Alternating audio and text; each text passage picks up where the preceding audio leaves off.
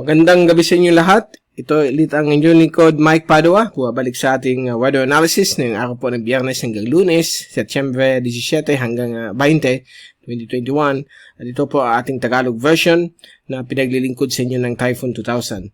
Umpisa natin ang update. Ito ang ating latest graph shot. Simula na yung araw na ito ng Biyernes hanggang bukas Sabado. Yung low pressure area na si 97W na nagpaulan sa malaking bahagi po ng ating bansa kahapon ay medyo humina na po siya. At kaninang umaga hanggang maghapon ay medyo maganda po ang panahon sa malaking bahagi po ng ating bansa except for sa Visayas, Mimaropa at Mindanao na kung saan nandun pa rin yung epekto ng kanyang extension, yung trough. Okay? At nandito na po siya sa may bahagi po ng Calamian Group of Islands, palabas na po sa West Philippine Sea, yung dating si X97W na kasalukuyan po ay medyo sabog na po ang kanyang sirkulasyon. But nakikita po natin ang pag-reform po niya sa may West Philippine Sea sa susunod na mga ilang araw base po sa mga reliable computer models. At yung kanyang trough ay kumakabit po dito po sa isang namumuong surface trough. Okay, dito po sa west of Palau. So ito naman po ang bibigay ng mga thunderstorms sa mga susunod na ilang araw sa ating bansa. At very normal po ito sa panahon ng Setyembre. Nandiyan pa rin po ay mga local thunderstorms. Sa ibang bahagi po ng ating bansa, sa Luzon, kasama po ang Kabikulan, ay magiging maganda po ang panahon na may mga maliliit na chances po ng mga thunderstorms. At nakita po natin, ito po ay dahil po sa paglakas itong high pressure dito sa may south of Japan. Nag-extend po dito ang tinatawag nating ridge, kaya medyo mabuti po ang ating panahon na kaninang umaga ay lumabas yung haring araw at nagpabigay ng joyful morning sa ating bansa. Pasalamat tayo, hindi po ito naging bagyo at medyo 50-50 po ang probability na maging bagyo po ito even na dumating po siya sa may dalampasigan po ng Vietnam sa susunod na 2 hanggang 5 araw. So yan po ang pinapakita nitong low pressure na ito, mahina. Dito rin po sa Calayan Island Group ay apektado po itong napakahinang LPA. At inasahan po itong lalabas ng power by Monday siguro. Okay? At sa labas ng ating bansa, sa may Marshall Islands, Eastern Micronesia, wala po tayong natatanawan na any LPA. At sa may taas po, sa may Japan, nandyan pa rin po ang energizer na bagyo. Tinatawag ko pong energizer kasi longest living cyclone po ito na yung taon sa ating Western Pacific Basin. At as of now, naglandfall na po siya sa may northern Kyushu ng Japan. So inaasahan po dyan mga malalakas na hangin at ulan na lalampas po ng 75 kph kasi 75 kph po siya na yon. But eventually magiging part po siya nitong stationary front. Within the next 24 to 48 hours, magiging extratropical cyclone po siya. Ibig sabihin, yung kanyang tropical characteristics ay magiging middle latitude cyclone na po siya. Yung kanyang energy ay i-derive po yan galing po sa malamig na environment kasi dito medyo malamig dito sa area na ito. Yan po ang energy ng isang subtropical or middle latitude cyclone. So yan po ang tawag extratropical cyclone kapag nag-transform from a tropical cyclone to a middle latitude cyclone na magiging parte na po siya ng frontal system na ang kanyang enerhiya ay galing po sa malamig na environment instead na mainit na environment ng tropical seas. Okay?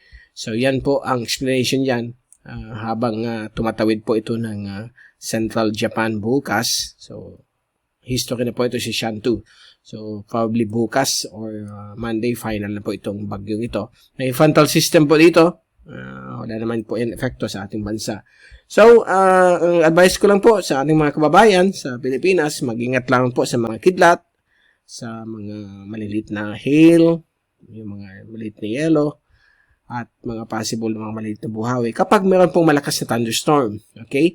At magkakaroon din po yan ng mga tinatawag nating mga pagbabaha at mga pagbuho ng lupa, lalo na po pag sobrang lakas po yung ulan na dala nito mga localized thunderstorms. But saglit lang po yan, tumatagal po yan ng dalawang bihira naman po ang mga 3-4 na oras. Depende kung may weather system.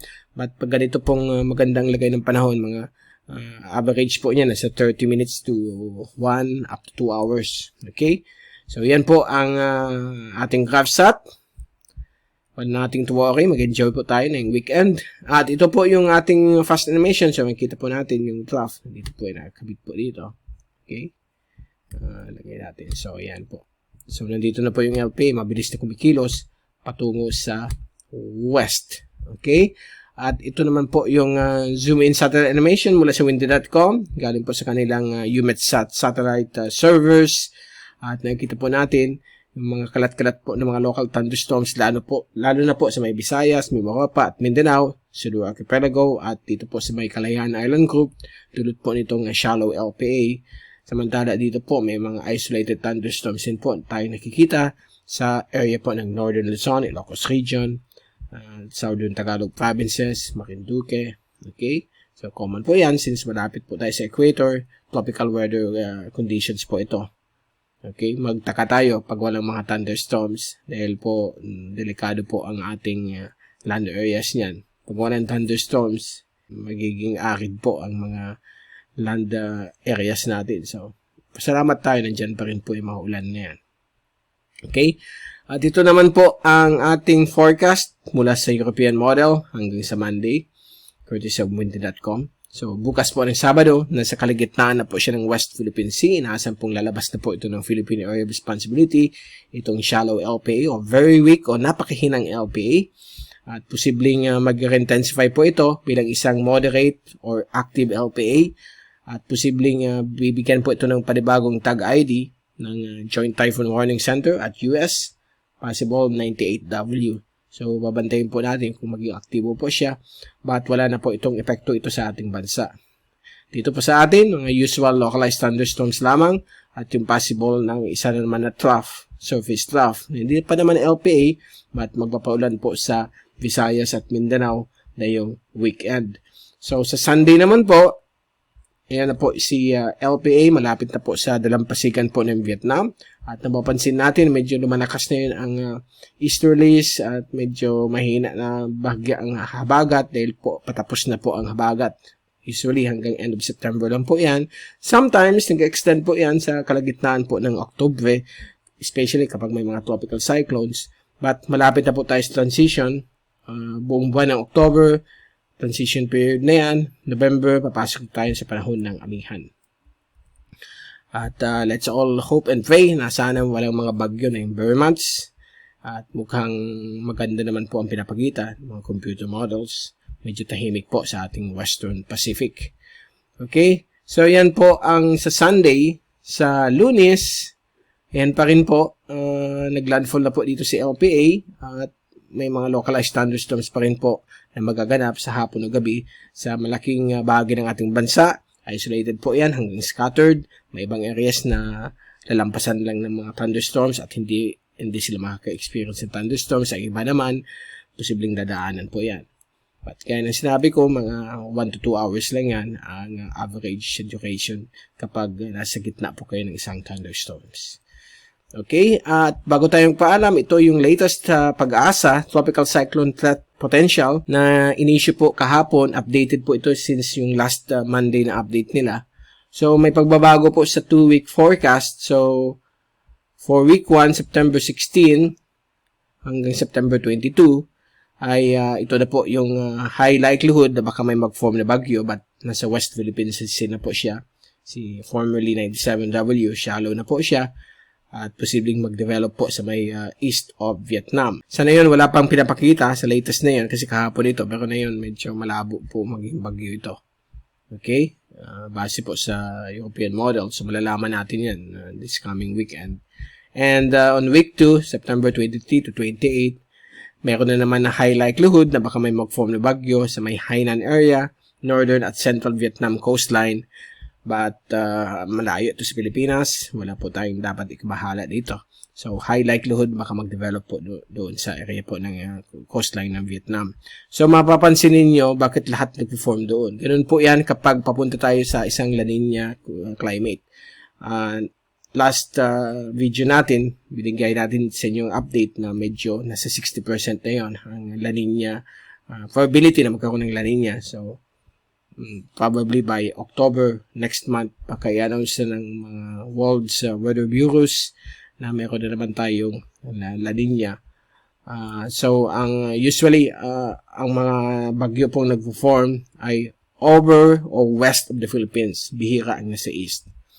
Ang nangyari lang nung last year, gaya ng sinabi ko nung last video natin, nagkaroon ng anomaly, okay, anomalous na westerly winds malapit sa equator, kaya nag-form dito sunod-sunod na bagyo. But bihira po yung mangyari yan during the time of La Nina. Last time nangyari yan nung 1970, nung bagyong Pitang, Sening, Titang, Welling, and Yuling. Yuling po, yan po ang pinakamalakas na bagyo ever to hit Metro Manila. Hanggang ngayon, wala pa nakaka-break niyan sa Ninoy Aquino International Airport o MIA po ang tawag noon, Manila International Airport. Ang highest wind gust ay umabot ng 200 kilometers per hour. So, yan po ang pinakamalakas na ever recorded sa Metro Manila. Hindi pa po yan napapalitan. Base po sa nakikita natin na datos from Pag-asa since 1948. Okay?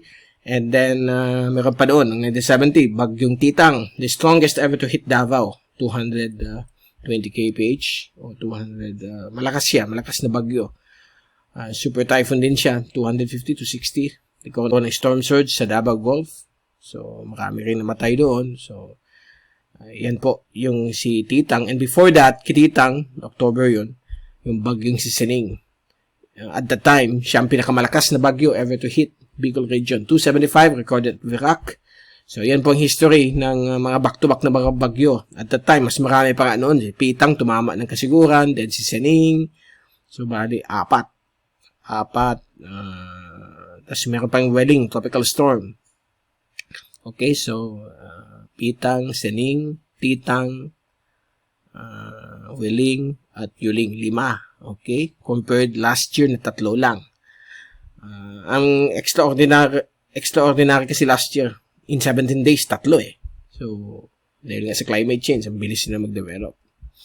Okay, so let's hope and pray na sana na yung darating na bare months wala talagang bagyo. Kailangan natin the power ng ating prayers sa ating mga Filipino people dito sa Pilipinas. Kailangan natin i-pray na sana wala. Okay? But dahil nga sila niya, expect na po natin above average po ng rainfall, lalo po sa Mindanao at Visayas at portions ng Bicol. Yan po ang pinakagrabing epekto po ng La Nina. Sa Luzon, may mga ulan po pa rin magaganap, drizzle to light o moderate rainfall, kahit na sa panahon ng November-December, na normally, sa panahon na yan, wala pong mga ulan, dahil dry season po ang Manila, Western Luzon, pag November to May. But kapag may La Nina, kahit na dry season sa kanila, may mga ulan. So, yan po ang epekto po ng La Nina. Okay? Sana hindi masyado ganun kalakas. So, okay, dyan po nagtatapos ang ating update. Babalik ulit tayo this coming Monday. Pakibigay sa inyo later sa ating panahon. Mula sa Typhoon 2000, ito si Mike Pado nagpapaalam. Mag-ingat po tayo lahat. Be #WeatherWiser, #TyphoonWiser.